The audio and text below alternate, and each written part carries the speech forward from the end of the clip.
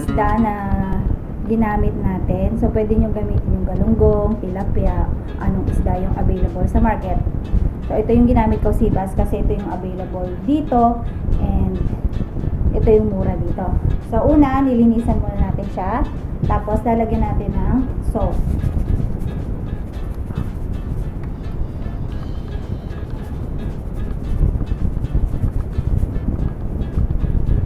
Yan.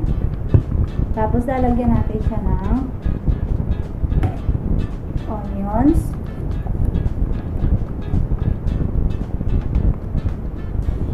And garlic. Yan. Tapos, ilalagay natin yung pinaka-star ng dish. Yung main ingredients niya.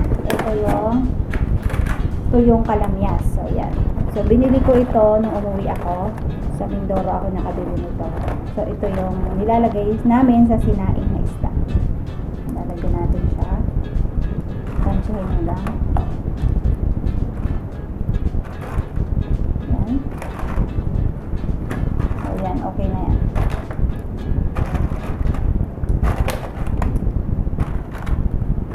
Tapos ngayon, lalagyan natin siya ng olive oil. Olive oil.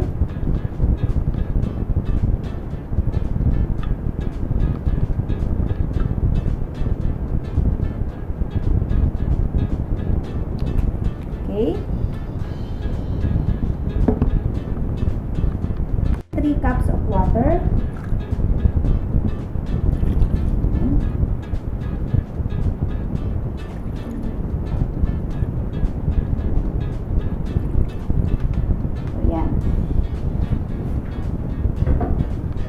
Tapos, pakukuluan lang natin ito ng mahinang-mahina ang apoy hanggang magmantika na siya.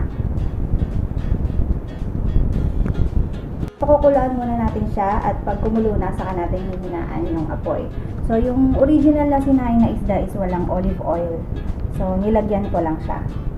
Okay, hintayin na lang natin siyang kumulo. Ayan, kumukulo na yung ating isda. So, ayan. Hihinaan na natin yung stove, yung gas. Hintayin natin siyang maging parang maiga na siya at maging parang patis na yung sabaw natin. Magmamantika na. So, dapat mahinang-mahina yung apoy. So, nakikita nyo, ayan yung patis. Tawag namin yung patis. Nagpapatis na siya. And then yung olive oil na nilagay ko. So, yan. Pwedeng-pwede na ito nating iserve. And, bagay na bagay ito sa nilagang okra, nilagang talong. So, yan. And, naalala ko dun sa probinsya namin, ang nilalagay namin, ang ginagawa namin isda dito is yung sinaing na tulingan. Kaya masarap.